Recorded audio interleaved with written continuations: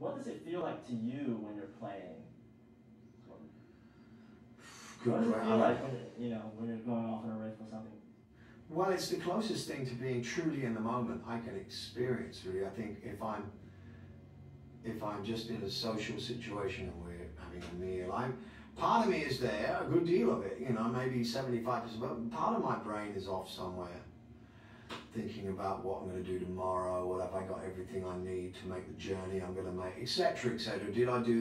Did I forget something about what we were supposed to do yesterday? I mean, but doing that kind of work, especially the stuff that we're doing with just me and the acoustic, requires such concentration that I think it's as close as I get to being really in the moment. And then time just sort of stands still, and at the same time it seems to go by very quickly. It's all like a kind of road act. It's like being in an accident. It's just a blur. But I love it. I love that kind of when it feels like it's really going well, and I'm just in tune and in harmony with time. It's a great feeling. You were talking a bit about like being in service the other day, like because I'd imagine, I mean, you've been quite successful, and you don't. It's not financially necessary for you to keep playing and touring and stuff. And what is it that drives you at this point to continue? The experience of making music really is the most professionally, and even just in an amateur way too.